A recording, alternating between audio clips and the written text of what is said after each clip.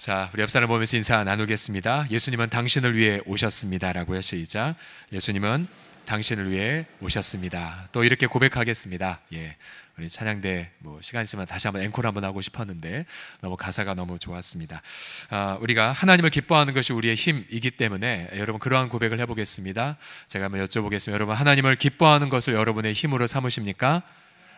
다시요. 여호와를 기뻐하는 것만이 여러분의 힘이십니까? 감사합니다. 오늘 이 시간 말씀을 붙잡고 예수님을 믿는 자의 행복이 무엇인지를 함께 나누기를 원합니다. 우리가 보통 믿지 않는 분들의 그런 아기의 돌 그 행사에 가보게 되면 반드시 마지막 하는 행사가 있죠. 여러분 뭐죠? 그게 돌잡이. 혹시 여러분 어렸을 때 뭘 잡았는지 혹시 기억나십니까? 돌. 보통 옛 선조들은 돌잡이 때 먹이나 명주실 등을 놓았는데요. 제가 우연히 얼마 전 한 쇼핑몰에서 돌잡이 9종 세트를 판매하는 것을 보았어요. 9종 세트. 뭐가 있는 거 보아하니 뿅망치. 이게 뭘까 했더니 판사가 두드리는 거 뿅망치, 청진기, 고민형 볼펜, 축구공, 마이크, 엽전, 명주실 등이 있었습니다. 10,000원이 안 됐습니다. 10,000원이 안 됐었어요. 그러면서 우리 세상 사람들은 이런 것을 집음을 통하여서 무언가 어떤 이 세상의 복을, 명예나 부귀나 권력 등을 그렇게 기원을 하죠. 세상의 복과 성경의 복의 결정적 차이가 있다면 무엇일까요? 세상의 복은 인간의 노력 혹은 부모된 인간의 물려받는 것 또는 여러 가지 운 등으로 그렇게 묘사가 되지만 성경의 복은 인간의 복이 아니라 인간이 성취한 것이 아니라 성경의 복은 철저히 예수님이 성취하신 것에 근거하여 받습니다. 오늘 본문의 앞에 바로 보시게 되면 예수님이 한 평지에서 수많은 자들을 고치시고 치유하셨습니다. 왜냐하면 예수님이 그들을 불쌍히 여기셨기 때문이죠. 이 사람들은 예수님의 그 사랑과 긍휼에 근거하여 바로 복을 선물로 받습니다. 선물로.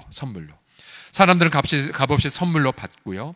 그런 선물을 경험한 우리들은 좀 더 예수님께로 가까이 나아가죠.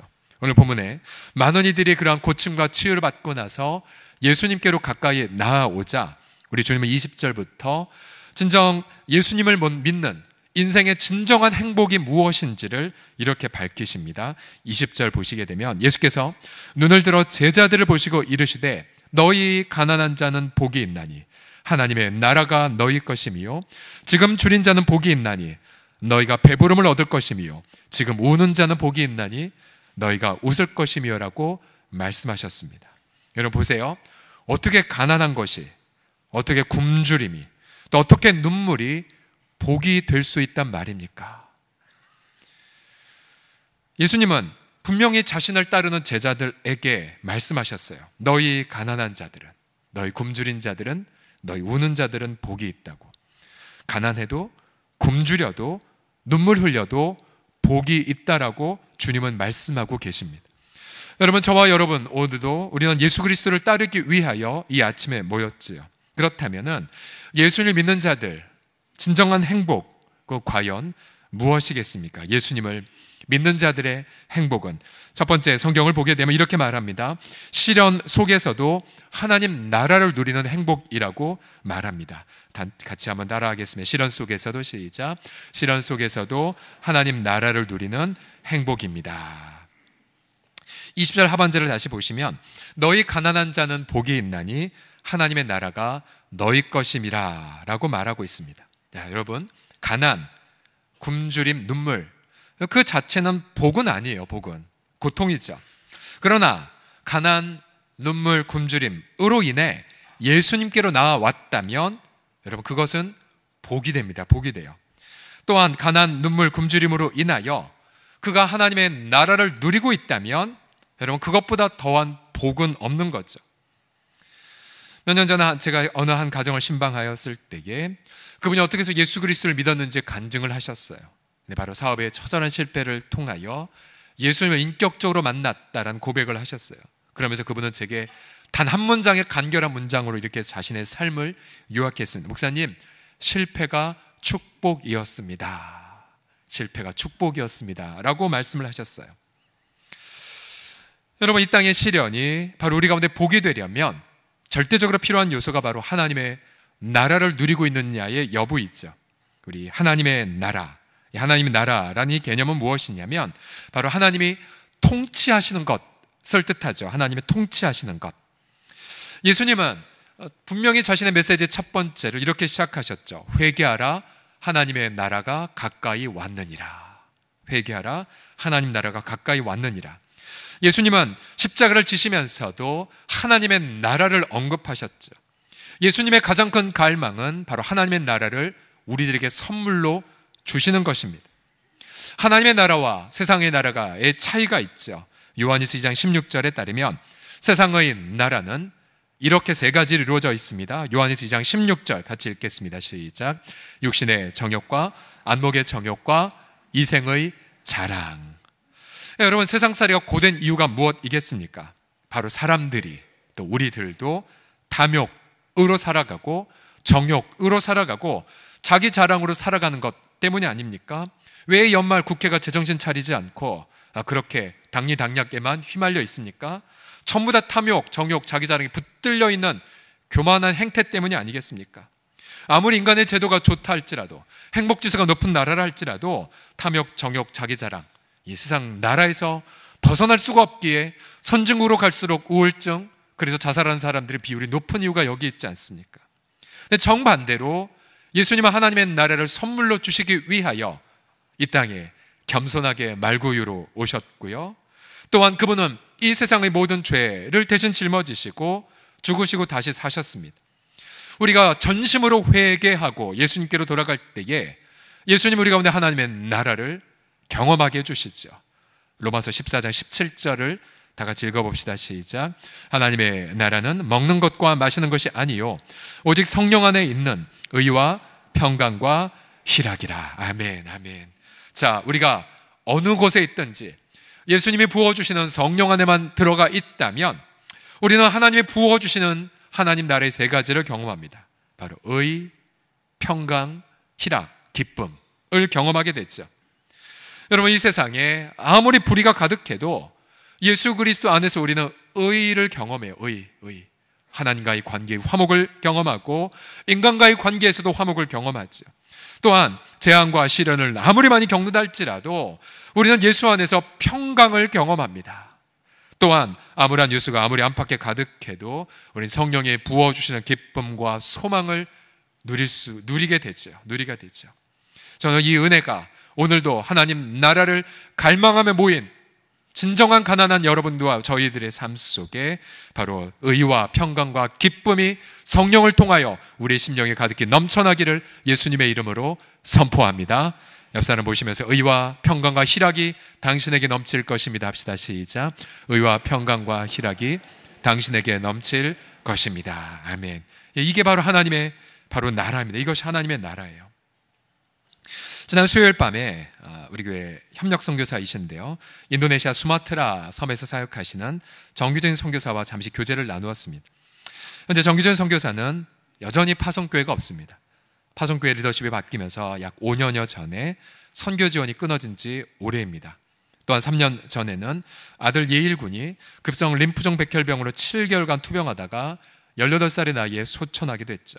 그 소천하는 기간, 투병하는 기간 동안 엄마와 아들은 저희 교회에도 출석을 하기도 했습니다. 그러나 예일군이 소천하면서 부모에게 여러 차례 자기는 먼저 천국문에 가서 기다릴 텐데 절대 자신 핑계대고 선교사역 포기하지 마세요 라고 여러 차례 다짐을 받았었죠. 부부는 인도네시아로 다시 들어갔고요, 무슬림의 99%가 넘는 마을에서 기독교 학교를 설립했습니다. 유치원, 초등학교까지. 이 학교에서는 날마다 예배를 드리고 아이들을 가르칩니다. 아직 교실 하나 없고 다 이렇게 빌려서 쓰지만 작년에 이 아이들은 지역 학력대회에 출전을 해서 과학에서 금상, 수학에서 은상, 영어에서 동상을 받았습니다. 신생학교가 높은 학업 성취도를 이루자 많은 학부모들이 앞다투어 학생들을 보내기 시작했습니다. 현재 전교생은 유치원 포함해서 420명이 넘어가고 또 입학을 대기한 사람 150명이 넘습니다. 학생들의 그 월사금으로 인하여서 한 달에 10,000원 혹은 15,000원 정도 내는데 그 월사금으로 인해 학교는 재정 자립을 했대요. 재정 자립을. 그러면서 현재 지금 학교 건물을 세우기 간절히 기도하고 있는데요, 든든한 파송교회의 지원이 없지만 그러나 정선교사는 누구보다도 부요함을 누리고 있어요. 참 역설이죠. 오늘 20절 말씀이 계속해서 생각났어요. 너희 가난한 자는 복이 있나니. 왜요? 하나님 나라의 부요함이 다 너 거이기 때문에 라고 말하고 있어요. 그러니 여러분, 진짜 가난한 것이 무엇이겠습니까? 저는 여러 말씀드렸지만 아직 저희 집안에 약 20여 년 전에 저와 저희 어머니만 예수님 만났을 때에 집도 가난했지만 그러나 어머님의 믿음마저도 너무나도 연약한 것을 보고는 너무 비참하더라고요. 돈 없는 건 참겠는데 믿음마저도 가난한 건 참을 수가 없었어요. 그래서 어머님, 저희 학교 안 다녀도 되니까 이거 돌려주시고 저 학교에서 잘려도 되니까 우리 그냥 기도해서 응답받자고 이렇게 등록 기간에 어머님의 그런 빌려온 돈 60만 원을 돌려드리라고 했던 적이 생각이 납니다. 그러니까 진짜 가난한 게 바로 그런 가난이죠. 믿음도 없어요. 하나님 나라도 누리지 못해요. 부부관계 안에 그저 세상의 육신의 정욕, 탐욕, 이생의 자랑만 가득하지, 그래서 날마다 원망과 싸움만 있지 하나님 나라의 화목, 하나님 나라의 인내, 용서 전혀 없을 때 그건 정말 절망이죠. 가정 안에 돈이 없는 건 참을 수 있겠지만 그러나 하나님이 채워주시는 어떤 기대감도 없는 채 그렇게 원망으로만 치닫는다면 그거보다 더 큰 절망과 눈물의 제목이 어디 있겠습니까? 여러분, 연말에 올해 2019년도 올해 한 해 12월 달을 돌아가 보면서 과연 진짜 우리 가정은 하나님 나라로 부요한가? 과연 주님이 채워주시는 응답의 기쁨들이 넘쳐나는가? 내가 올해 안에 예수 그리스도 닮은 그 은혜가 얼마나 가득한지를 돌아보십시오. 그리고 주 앞에 나아가서 하나님, 저는 당신이 없으면 가난한 자입니다. 주님, 저는 하나님 나라의 누림이 없다면 애통한 자입니다. 그래서 자신의 진짜 가난함과 눈물을 부여잡고 그렇게 하나님 앞에 나아가실 때에 바로 그 자리에서 하나님 나라의 그 놀라운 부요함을 경험하시는 그런 따뜻한 연말을 보내시기를 예수님의 이름으로 축복합니다. 두 번째로, 예수님을 믿는 자들의 행복은 무엇이냐면 현세적 축복의 헛됨을 분별하는 것입니다. 분별하는 것. 현세적 축복이 얼마나 허무하다는 것을 간파하는 능력이에요. 천천히 읽어봅시다. 시작. 현세적 축복의 헛됨을 분별합니다. 예수님은 제자들에게 4가지 화를 이어서 말씀하셨어요. 24절부터 보시면 같이 읽어보죠. 시작. 그러나 화 있을진저 너희 부요한 자여 너희는 너희의 위로를 이미 받았도다. 화 있을진저 너희 지금 배부른 자여 너희는 줄이리로다. 화 있을진저 너희 지금 웃는 자여 너희가 애통하며 울리로다. 모든 사람이 너희를 칭찬하면 화가 있도다. 그들의 조상들이 거짓 선지자들에게 이와 같이 하였느니라. 여러분, 부요함 그 자체는 죄는 아니에요. 권력 그 자체는 죄가 아니에요. 왜냐하면 성경은 경건한 부자들을 많이 언급합니다. 아브라함 부자였으나 하나님 마음이 합했죠. 다윗도 경건한 부자였습니다. 문제는 하나님보다 돈을 더 사랑하는 것, 하나님보다 권력을 더 사랑하는 것, 바로 그것이 죄이죠. 디모데전서 6장 10절을 보시게 되면 돈이 일만하게 뿌리가 되는 것이 아니라 돈을 뭐 하는 것이요? 사랑하는 것, 탐욕이 일만하게 뿌리가 된다고 분명히 말하고 있습니다. 돈에 대한 탐욕으로 인하여서 더 나아가서 노동자의 정당한 품삯을 빼앗거나 혹은 돈에 대한 탐욕으로 소외된 이웃을 돌보지 않는다면 그것이 또한 죄악이지요. 야고보서 5장 1절을 보게 되면 이러한 경고가 있습니다. 들으라 부한자들아, 너에게 임할 고생으로 말미암아 울고 통곡하라. 보라, 너희 밭에서 추수한 품꾼에게 주지 아니한 삭시 소리 지르며, 그 추수한 자의 우는 소리가 만군의 주의 귀에 들렸느니라. 너희가 땅에서 사치하고 방종하여 살육의 날에 너희 마음을 살찌게 하였도다 라고 경고합니다. 여러분, 지금도 이 땅에서 산업재해로 죽는 노동자들이 작년에만 무려 971명이나 되었다고 합니다. 노동자들이 일터에서 죽어나가도 경영자들은 약하게 처벌을 받습니다. 왜요? 사람의 생명보다 돈을 더 숭상하는 경제 논리에 따라 하나님의 형상대로 창조받은 무한한 가치의 사람을 존중하지 않는 뿌리 깊은 악습이 때문이죠. 그래서 아직도 많은 이들이 사지에서 고통하고 있지 않습니까? 이 본문에 누가복음은 반복해서 이런 어리석은 부에 대한 이야기를 하게 되죠. 누가복음 12장을 보게 되면 한 부자가 농사를 통해 큰 돈을 벌었습니다. 12장 18절에 보시면 이러한 고백을 해요. 내 곡간을 헐고 더 크게 짓고 내 모든 곡식과 물건을 거기 쌓아두리라. 또 내가 내 영혼에게 이르되 영혼아 여러 해 쓸 물건을 많이 쌓아두었으니 평안히 쉬고 먹고 마시고 즐거워하지 하리라 라고 자랑합니다. 그는 누가 보아도 세상 사람들 보기에는 복받은 자의 삶을 살았어요. 그러나 그의 이 교만한 허언이 끝나기 전 하나님 이렇게 말씀하세요. 20절 보시면 하나님은 이르시되 어리석은 자여 오늘 밤에 네 영혼을 도로 찾으리니 그러면 네 준비한 것이 누구의 것이 되겠느냐. 이 부자가 어리석은 이유는 그의 부함에 있는 것이 아니라 그의 현세적 축복의 헛됨을 분별하지 못했기 때문이었습니다. 결국 그의 많은 재물은 그에겐 재앙이 돼버렸죠. 지난주에 언급한 부자와 나사로의 이야기를 누가복음 16장에 다시 보십시오. 부자가 죽어 지옥불에서 고통할 때에 아브라함의 품에 안식하는 나사로를 향해 이렇게 외치죠. 아버지 아브라함이여 제발 나사로를 보내요.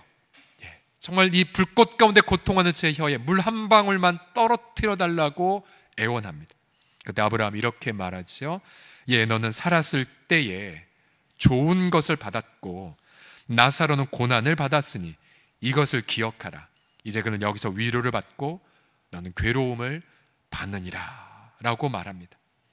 현세적 축복을 전부로 여긴 자들의 비참한 말로를 결코 잊지 마십시오. 예수님을 믿는 자들의 행복은 무엇이겠습니까? 그것은 현세적 축복이 영원하지 않다는 걸 깨달은 축복이에요. 여러분, 예수 믿는 분들도 돈 때문에 고통할 수 있죠. 이사 문제 때문에 심란할 수 있고 직업과 사업 때문에 아파할 수가 있어요. 그러나 예수 믿는 자들의 특권이 무엇입니까? 가난해도 죄를 짓지 않는 특권이죠. 돈 때문에 죄 짓지 않는 특권, 또한 불로소득으로 인하여서 나 마음이 상할지 모르겠지만 그러나 그것으로 인하여서 낙심하지 않을 수 있는 자유가 예수 믿는 자들에게 있습니다. 오히려 우리는 이 땅의 유한한 물질을 가지고 하나님의 이름을 영화롭게 할 뿐만 아니라 이웃을 기쁨으로 섬길 수 있는 삶을 살아가게 되죠. 여러분, 이 땅에는 신천지 같은 이단들의 목표가 무엇입니까? 그들의 목표는 바로 현세적 축복이 영원하다고 강조하는 거예요. 현세적 축복이 영원함을. 가령 이만희 씨의 신천지를 보십시오. 그들은 이만희를 통해 받은 계시가 진리라고 여러분들을 미혹을 합니다. 그들의 추수받은 세상이 아니라 기성교회거든요. 그들은 뭐라고 고백하냐면 이만희 씨는 죽지 않는다라고 말합니다. 우리 총회장님은 죽지 않는다고 고백을 해요. 그리고 자신들도 하늘에 있는 14만 4천의 영혼과 결합되어져서 영생 불사한다고 가르쳐요. 신천지에 나온 그러한 전문가들에 따르면 신천지가 요즘 교세가 5만, 20만 명 됐다? 그것도 다 거짓말이에요. 거짓말이에요. 처음에 상담소, 설문조사, 성경 공부를 통해 여러분들을 노골적으로 미혹합니다. 처음에 그럴듯한 내용으로 얘기해요. 우린 신천지가 아니라고 가르치기도 해요. 그러나 처음 그럴듯한 내용으로 성도들의 마음을 조금이라도 여는 그 순간 이제 그들이 고도로 고안해낸 그런 종교적인 그런 교묘한 사기의 그런 틀에 먹히게 되죠. 먹히게 돼요. 그러니까 불법적 종교적 다단계의 사기 수법이라고 생각하시면 돼요. 우리도 보통 제주도에 가면은 처음엔 감귤 따서 좋다 하다가 조금 있다가 다음 코스 가면은 뭔가 이 농민들의 애완을 곁든 어떤 거를 두게 하고 마지막 코스가 뭔지 아십니까? 여러분, 그래서 이 말뼈를 사셔야 됩니다. 여러분, 그러면요 많이 배운 분들도 다 넘어가요. 다 넘어가요. 그런데 신천지 이만희 씨는 여러 가지 이단들에 다 섭렵을 했잖아요. 통일교도 그렇고 여러 가지, 예를 들면 전도관이라든지. 그래서 각각을 다 장점을 잡아 인간의 약점을 잘 알아요. 간파해요. 성경 분명히 말하죠. 이단에 속한 자 한두 번 권하고 멀리하라. 심지어 요한 2서에 보게 되면 그게 인사하는 것마저도 그들의 범죄에 참여한다라고 경고를 하고 있습니다. 그래서 역시 우리 가운데서도 교회에서 허락하지 않은 상담이나 성경 공부를 하고 있다면 즉시 멈추고 보고해 주셔야 돼요. 또 주변에 뭔가 이상한 곳 자꾸만 간다. 즉시 보고하셔야 돼요. 혹시 이 자리에 신천지 오신 분들이 있다면은 여러분 미혹에서 벗어나셔야 돼요. 이만희 씨 죽는 날 어떻게 하실 거예요? 우리의 십자가와 부활의 주 예수 그리스도만이 우리의 유일한 구원의 자가 되심을 믿습니다. 여러분 교회 역사를 보게 되면 하나님은 성도를 위해 핍박을 허용을 하세요. 성도도 세상 유혹에 넘어가 현세적 축복이 전부라고 여기며 살아가는 경향이 우리에게 다 있기 때문이죠. 그래서 하나님은 섭리 속에 예배당 전속해 하시고 또 주의 종 순교 당하게 하시고 성도들의 고난에 잠시 내버려 두세요. 물론 눈물 가운데에 하나님은 고난을 주신 본심이 아니기 때문에 그때서 비로소 성도들은 정신을 차리고 현세적 축복의 허무함을 깨닫고 주님 한 분만을 전부로 여기게 되죠. 지금 이 순간 우리는 쾌적한 환경에서 예배를 드린 이 순간에서도 불과 50km 북쪽에 넘어가는 저 북녘의 동포들을 보십시오. 지하교회 성도들, 저들이 받는 핍박, 그것은 저들이 무언가 잘못해서 겪는 핍박이 아니죠.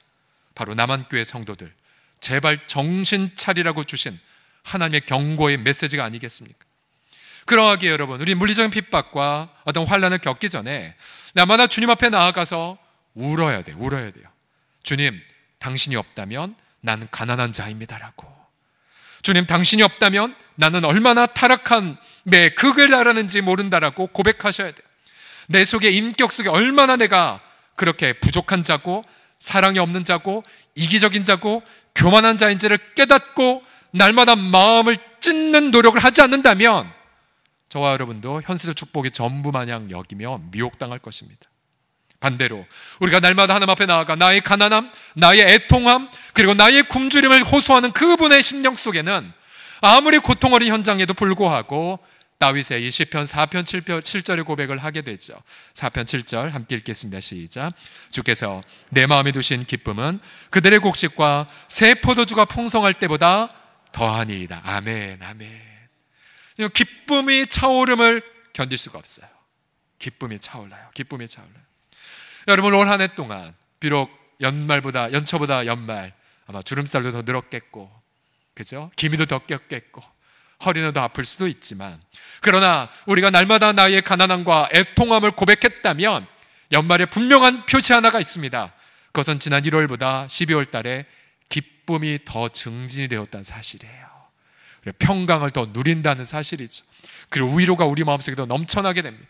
올해 12월 한 달 주 앞에 나아가 나의 가난함과 애통스러움과 굶주림을 호소함을 통해 하나님 나라의 그 부요함을 누리는 아름다운 연말 보내시기를 그리스도의 이름으로 축복합니다. 다 같이 외치겠습니다. 주님을 기뻐하는 것이 저의 힘입니다라고. 시작. 주님을 기뻐하는 것이 저의 힘입니다.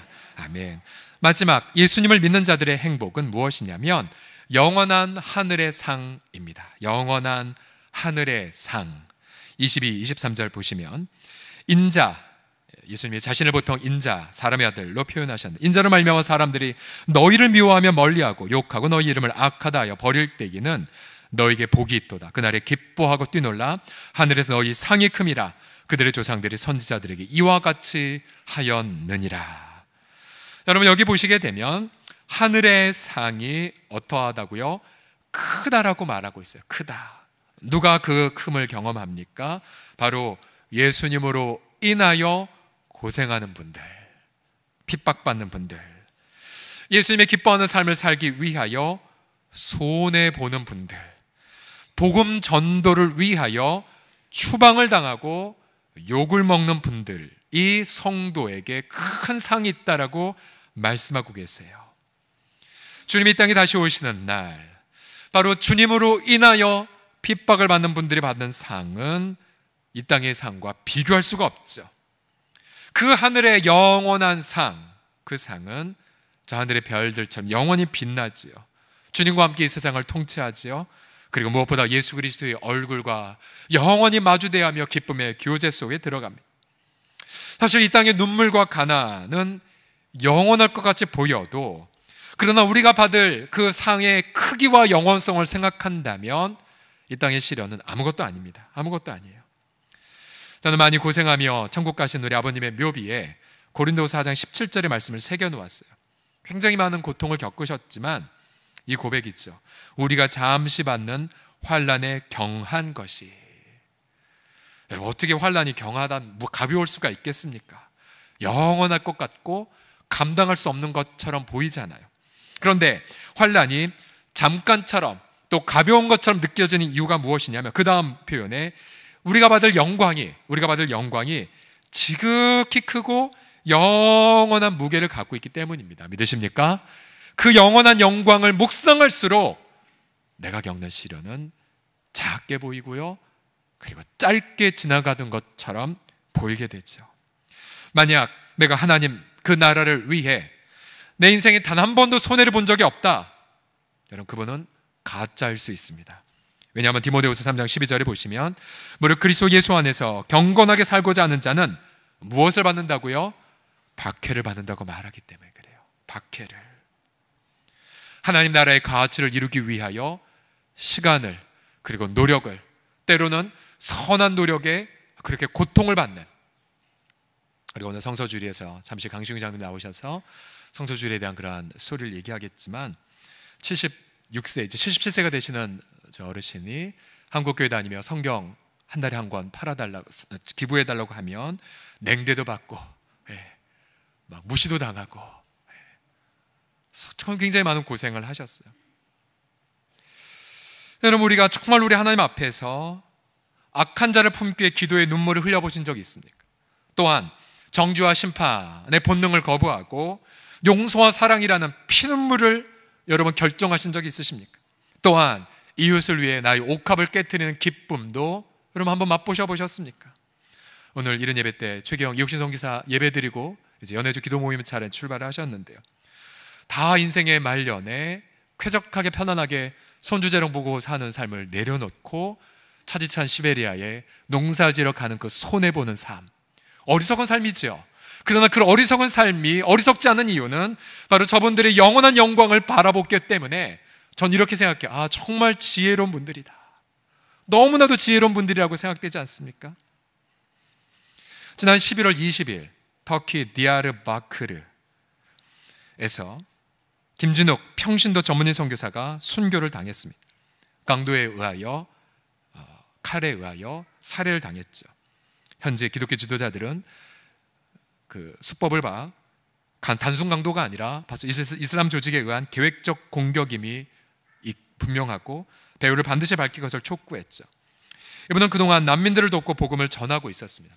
안타깝게도 유족들이 사모님이 있고요, 아주 어린 아기가 있고, 그리고 사모님 뱃속에 둘째가 있었습니다. 출산 임박해서 사모님 한국에 나오실 수가 없었어요. 순교 이후에 현재 유일한 개신교가 있었어요. 근데 개신교를 섬기는 분이 바로 아흐멧 목사님이세요. 아흐멧 목사님. 저희 터키 첫 번째 발자국 팀이 가서 만난 분, 용사 같은 분, 아흐멧 목사님. 이분이 이 선교사의 장례를 주관하셨어요. 세상 사람들은 비참한 죽음이라고 애도하죠. 그리고 왜 유족 놔두고 먼저 가느냐, 너무 안타까울 수 있습니다. 그러나 여러분, 아마 이분이신 것 같아요. 뭐라고 현지 목사님이 천국 환송 예배 때 메시지를 전하셨냐면, 여러분, 복음을 더 전하겠습니다. 태어나서 죽음으로 가는 이곳 수많은 영혼들을 구원하기 위해 더욱더 목숨 다해 복음 사역에 집중하겠습니다. 김준혁 사역자 순교로 이곳 터키 동부에 하나님께서 새로운 영적 변환점을 주셨다고 믿습니다. 앞으로 놀라운 영적 부흥이 있을 것입니다. 더 담대해지셨어요, 터키 형제들이. 성경은 성도가 누리는 최상의 행복 완결판을 순교로 말합니다.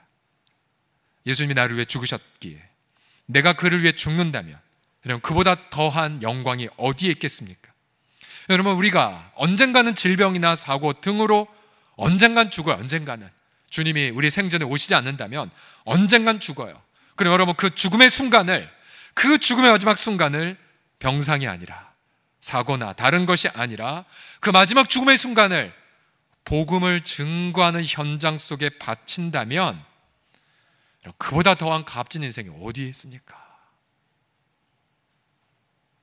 만약 이러한 성경의 가르침을 거부하고 싶다면 우리는 스스로 이렇게 질문해야 되죠. 난 아직도 현세적 축복이 전부인 것 마냥 여기는가? 내 이름으로 지은 부동산 영원할 것을 착각하고 있는가? 내 인생의 계획이 영원할 것이라고 오해하고 있는가? 만약 현세적 축복이 영원하지 않음을 깨달았다면, 여러분, 우리가 한 번밖에 없는 이 인생, 길어봤자 100년도 안 되는 이 인생, 내가 정말 인생의 마지막 호흡을 복음의 영광을 위해서 드려진다면, 내 마지막 심장의 박동을 하나님의 나라의 그 영화로운 위를 위하여서 바쳐진다면, 또 우리의 자녀들이 그런 복음의 영광을 위하여서 단 한 번의 오해함, 다음의 방종함도 없이 아버지 앞에 바쳐진다면, 우리는 진정한 인생의 행복을 누리는 자가 될 것입니다. 요한계시록 20장 4절 이렇게 선포하죠. 또 내가 보자들 보니 거기 앉은 자들이 있어 심판하는 권세를 받았더라. 또 내가 보니 예수를 증언함과 하나님의 말씀 때문에 목배임을 당한 자들의 영혼들과 또 짐승과 그의 우상에게 경배하지 아니하고 그들이 이마와 손에 그의 표를 받지 않은 자들이 살아서 멸망하지 않고 살아서 그리스도와 더불어 1000년 동안 영원토록 왕노릇하리로다. 그래서 예수 믿는 성도들의 행복은 이 땅의 삶으로 다 묘사되지 않아요. 여러분들의 어떤 학업적 성취, 권력, 재산으로 다 묘사되지 않습니다. 예수 믿는 성도들의 행복은 주님 다시 오시는 날, 그 영원히 끝없는 시간 속에서 하나님의 걸작으로 완성됨을 통해 누리게 되죠. 예수 믿는 자들의 행복은 그래서 이 세상 사람들은 감추어져 있어요. 그럼에도 불구하고 여러분 속에 있는 기쁨과 평강은 안 믿는 분들 마음속에 다 흘러들어가요. 여러분 그거 아시죠? 우리가 감추어도 어느 날 우리한테 와서 말해요. 당신 교회 다니죠? 교회 다니죠? 어떻게 하세요? 얼굴에 써 있어요 라고요. 얼굴에 써 있어요 하고. 어제도 저희 입양가족 모임을 저희 교회 유치부실에서 했는데 저와 제 아내는 그냥 함께 있었어요. 그냥 함께 머물고 함께 놀고 함께 그림 그리고 다 끝나고 믿지 않는 부부들이 가시면 하는 말이, 야, 너 교회 다녀. 뭐 하는 거야? 자기들끼리 전도하는 모습을 지켜보았었습니다.